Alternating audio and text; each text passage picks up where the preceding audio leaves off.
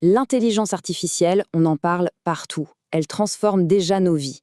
Mais là où son impact pourrait être le plus radical, c'est sur un terrain aussi ancien que l'humanité, le champ de bataille. On est en train d'assister à une rupture technologique qui redéfinit les règles mêmes du combat. Et pour bien saisir l'ampleur du changement, ces mots du ministre des Armées, Sébastien Lecornu, donnent le ton. La comparaison avec l'atome, ce n'est pas juste une figure de style, hein. On ne parle pas d'une petite amélioration, non, on parle d'une véritable révolution. Alors, pourquoi cette comparaison avec l'atome? Est-ce que c'est un peu exagéré? Eh bien, pas du tout, c'est une réalité stratégique qui force déjà les plus grandes puissances à tout repenser en matière de défense. Et pour voir à quoi ça ressemble en vrai, pas besoin de se plonger dans la science-fiction. Il suffit de regarder ce qui se passe aujourd'hui en Ukraine. C'est devenu, un peu malgré elle, le premier grand laboratoire de cette guerre à l'ère de l'IA. D'accord, mais alors, concrètement, une guerre avec de l'IA, ça ressemble à quoi sur le terrain? C'est la question essentielle, pour dépasser un peu les fantasmes et voir comment ça se passe, là, maintenant. Ce qui se passe en Ukraine, c'est quelque chose d'inédit. Le champ de bataille est devenu entièrement numérique. Chaque drone, chaque capteur est une source d'information. C'est dans ce chaudron de données que l'IA est en train de faire ses preuves. Et voilà le cœur du problème. Cette utilisation massive de drones, de capteurs, ça a créé un véritable tsunami de données. Le volume d'infos est tellement énorme qu'un cerveau humain, seul, ne peut tout simplement plus suivre. Pour analyser tout ça en temps réel et rester efficace, l'IA n'est plus une option. C'est devenu une pure nécessité. En fait, on assiste à un retournement complet de ce qu'on appelait le brouillard de la guerre. Avant, le problème, c'était le manque d'infos. On ne savait pas où était l'ennemi.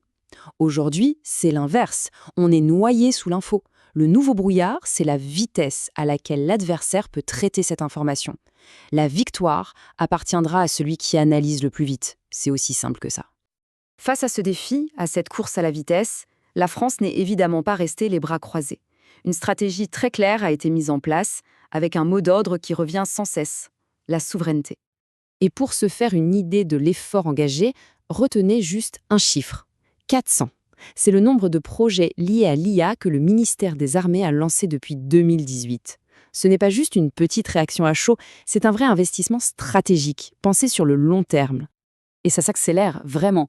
Le point d'orgue, c'est 2024, avec la création d'une agence 100% dédiée à ça, l'AMIAD. Sa mission est très claire, faire passer l'IA du stade de l'expérimentation à une utilisation bien réelle sur le terrain. Mais derrière tout ça, il y a ce mot-clé dont on parlait, souveraineté. L'enjeu, ce n'est pas juste d'acheter la meilleure technologie sur le marché, non. L'enjeu, c'est de maîtriser nous-mêmes ces technologies. Pourquoi? Pour ne jamais dépendre d'une autre puissance pour notre propre défense.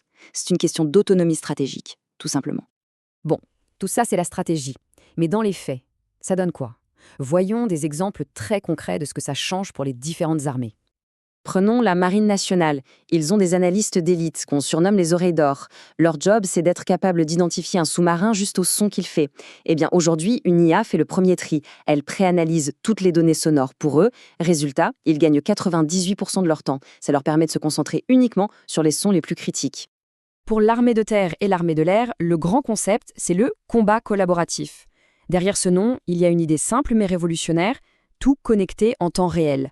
Les chars, les drones, les avions, tout le monde partage exactement la même information au même moment. On imagine la supériorité tactique que ça peut donner. Et concrètement, comment ça marche? C'est une boucle en 3 temps. D'abord, l'IA collecte et fusionne toutes les infos des capteurs. Ensuite, elle analyse tout ça pour donner une image hyper claire de la situation et elle peut même proposer des options tactiques. Et enfin, et c'est le point crucial, c'est le commandant humain qui prend la décision finale. Le but, c'est d'aller plus vite, d'être plus précis, pas de remplacer le jugement humain. Et ça nous amène tout droit à la question qui fâche, la question qui fait peur à tout le monde, le scénario à la Terminator. Est-ce que la machine va finir par prendre le contrôle? Face à cette crainte, qui est tout à fait légitime, la position de la France est limpide. L'IA est un outil pour augmenter l'humain, pas pour le remplacer. Le but, c'est d'aider à décider mieux et plus vite, mais c'est bien l'humain qui reste aux commandes. On peut voir ça comme un partenariat, avec des rôles très bien définis. À la machine, l'analyse, la proposition, l'exécution des ordres. Et à l'humain, le plus important. Décider de la mission, donner le commandement et surtout, assumer la responsabilité. Cette phrase du délégué général pour l'armement, Emmanuel Chiva, est fondamentale. Elle grave dans le marbre un principe. Une IA n'a pas le droit de changer la mission qu'on lui a donnée. La responsabilité du commandement, elle, reste permanente. Elle ne peut pas être déléguée à un algorithme. Finalement, le comité d'éthique de la défense résume tout ça parfaitement. Parce qu'au-delà de la technologie, des algorithmes, des capteurs, il y a une vérité qui ne changera pas. La décision d'engager la force, avec toutes les conséquences que ça implique, doit toujours relever de la responsabilité humaine. Ce n'est plus seulement une question de technologie à ce niveau, c'est une question de civilisation.